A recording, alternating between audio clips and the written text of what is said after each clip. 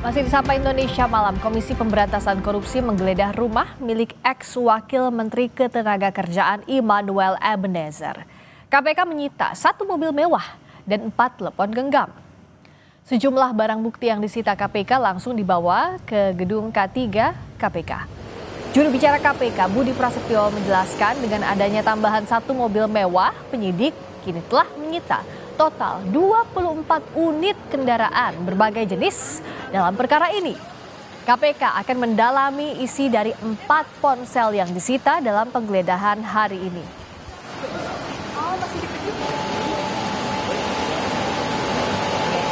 Tim melakukan penggeledahan di salah satu rumah di wilayah Pancoran, ya, yaitu rumah saudara IEG. Ya. Dari penggeledahan itu, tim mengamankan sejumlah barang bukti elektronik dan juga aset dalam bentuk kendaraan bermotor roda 4. Dan hari ini juga langsung dibawa oleh penyidik ke K4. Ya, penyidik menemukan 4 handphone di plafon rumah yang bersangkutan. Nanti kami akan tanyakan tentunya ya dalam proses pemeriksaan apakah memang sengaja disembunyikan atau memang menaruh handphonenya di plafon. Sudah ada jurnalis Kompas TV Niko Anggriawan dan juru kamera Denny Yosua di Gedung Merah Putih KPK. Niko, barang bukti apa saja yang disita KPK saat menggeledah kediaman ex-Wamenaker Immanuel Ebenezer dan apa lagi yang ingin didalami oleh penyidik KPK dalam penggeledahan ini? Ya Radi, tadi dijelaskan juga ada 4 ponsel yang disita dalam penggeledahan KPK di rumah dinas ex-wakil Menteri Tenaga Kerja Immanuel Ebenezer dan juga 1 unit mobil Toyota Alphard berwarna hitam dari rumah dinasnya di kawasan Pancoran, Jakarta Selatan.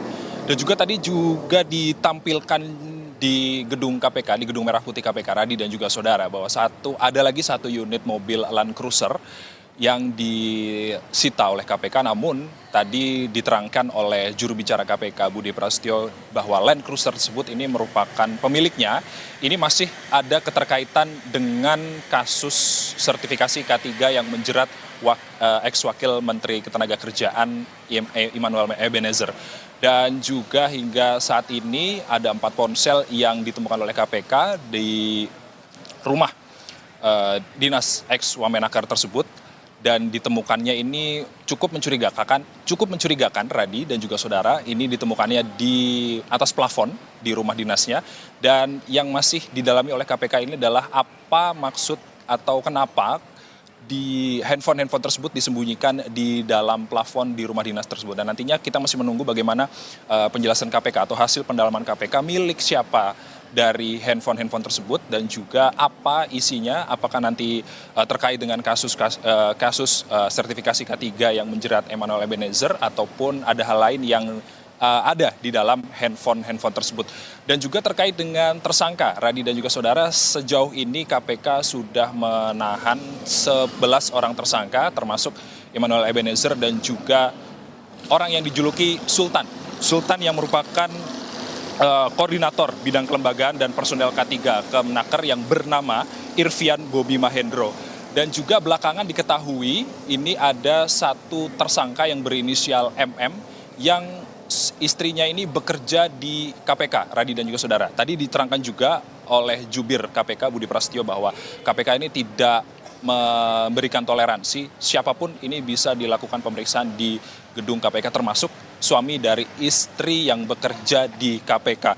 Dan kedepannya KPK juga tidak menutup kemungkinan akan memeriksa Menteri Tenaga Kerja saat ini, yakni Yasirli, dan juga Menteri Tenaga Kerja era Presiden ke-7 Joko Widodo, yakni Ida Fauziah, terkait dengan kasus ini. Karena kasus ini berdasarkan keterangan dari Direktur Penyidikan KPK, Asep Guntur Rahayu, telah bergulir kasus pemerasan sertifikasi K3 ini telah bergulir sejak 2019 hingga 2024. Namun pemeriksaan dari Menaker Yasirli dan juga ex-Menaker Ida Fauziah ini tergantung kebutuhan dari penyidik KPK itu sendiri. Untuk sementara demikian, Radi.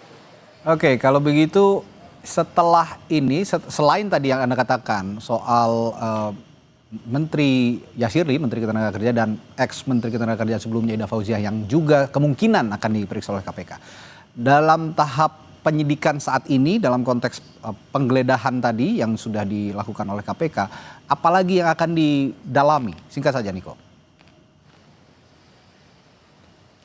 Ya tentunya barang-barang bukti ini juga masih terus didalami, apalagi yang kita ketahui barusan bahwa ada 4 ponsel yang ditemukan di atas plafon rumah, yang ini menjadi membuat kita bertanya-tanya, Radhi dan juga saudara, untuk apa keempat ponsel tersebut disembunyikan atau diletakkan di atas plafon rumah? Apakah nantinya tujuannya untuk disembunyikan atau ada hal lain yang nantinya kita masih menunggu bagaimana penjelasan resmi dari KPK terkait dengan ponsel-ponsel tersebut. Dan juga ada beberapa barang bukti lain yang masih perlu pendalaman keterkaitannya antara dari kasus sertifikasi K3 yang menjerat Emmanuel Ebenezer. Radhi.